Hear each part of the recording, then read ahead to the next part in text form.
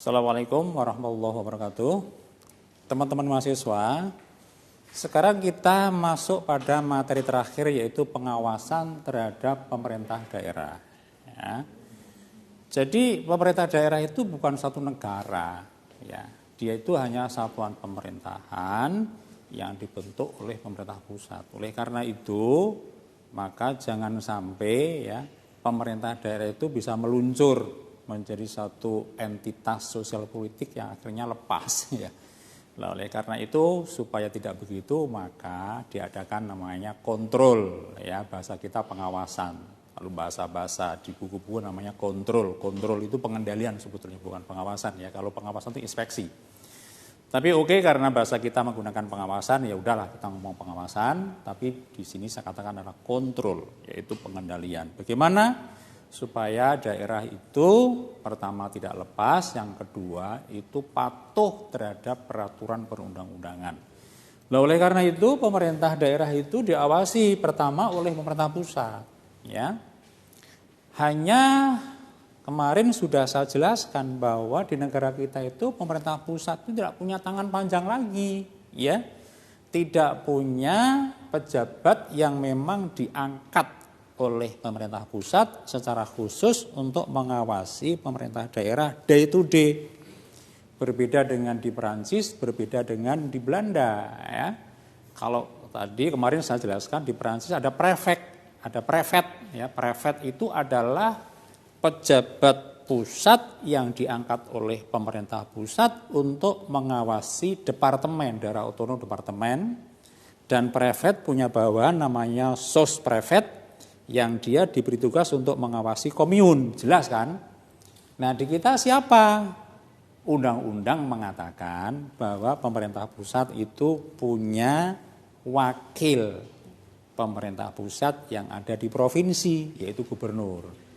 Punya wakil pemerintah pusat ada di kabupaten kota, yaitu bupati wali kota. Hanya yang menjadi tidak logisnya ya, gubernur itu kan dipilih oleh rakyat, bukan diangkat, tidak ditunjuk oleh pemerintah pusat, ya. Tetapi dia itu sebetulnya organ daerah otonom, alatnya rakyat daerah otonom, tapi kemudian ditumpangi saja. Oleh karena itu tidak pernah efektif, ya. Pemerintahan atau pengawasan kontrol terhadap daerah otonom di Indonesia tidak pernah efektif. Karena apa? Pemerintah pusat itu tidak punya tangan panjang secara langsung memberikan pengawasan kepada daerah otonom provinsi, daerah otonom kabupaten kota. Ya, ini adalah satu problem. Kemudian yang kedua adalah namanya pengawasan konstitusional, yaitu satu lembaga pengawas ya yang memang tercantum di dalam Undang-Undang Dasar NRI 1945, yaitu BPK ya. Jadi keuangan APBD-nya itu ya, termasuk juga semua dana-dana dari pusat, nah itu nanti diawasi oleh BPK. Kemudian ada namanya pengawasan internal, yaitu pengawasan oleh Pemda itu sendiri ya. Pemda itu kan punya namanya inspektorat. Kemudian juga punya namanya SOP ya. Jadi apa namanya standar operasional prosedur itu ya, nah, itu. Nah itu sebagai satu instrumen pemerintah daerah untuk mengawasi supaya jalannya pemerintahan daerah itu sesuai dengan aturan main, patuh ya. Itu namanya adalah pengawasan internal. Kemudian yang keempat adalah pengawasan peradilan. Jadi peradilan ya, ini mengawasi supaya pemerintah daerah itu patuh kepada semua peraturan perundang-undangan. Bagi mereka yang melakukan korupsi, maka akan diadili lewat KPK yang kemudian bermuara kepada pengadilan. Yang melakukan kejahatan-kejahatan, tindak pidana, tata usaha, akan diadili di peradilan tata usaha. Kemudian untuk pelayanan publik itu ada namanya lembaga milik negara namanya Ombudsman ORI ya, Ombudsman Republik Indonesia, itu pun juga memberikan pengawasan kepada Pemda.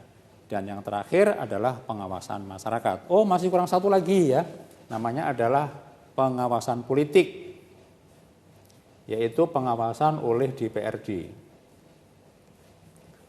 Nah, ini sifatnya politik ya, jadi antar kekuatan politik. Nah, masyarakat itu bisa mengawasi melalui dengar pendapat, memberikan surat, termasuk demo, itu juga bagian dari pengawasan. Ya, jadi kalau demo itu jangan kemudian, wah ini kok suka demo macam-macam begitu. Kalau tujuannya benar dalam rangka pengawasan, itu adalah satu bagian dari sistem demokrasi kita. Jadi begitulah ya. Jadi teman-teman semuanya mudah-mudahan makin paham tentang pemerintahan lokal secara saintifik ya. Bukan dari undang-undang ya, jadi undang-undangnya itu ya baca sendiri aja undang-undang, dan itu mungkin bisa berganti lagi dalam waktu dekat atau lama ya. Tapi yang kita pelajari adalah dari sisi sainsnya, dari sisi ilmu pengetahuannya. Demikian, mudah-mudahan makin paham tentang local government secara saintifik, secara keilmuan. Assalamualaikum warahmatullahi wabarakatuh.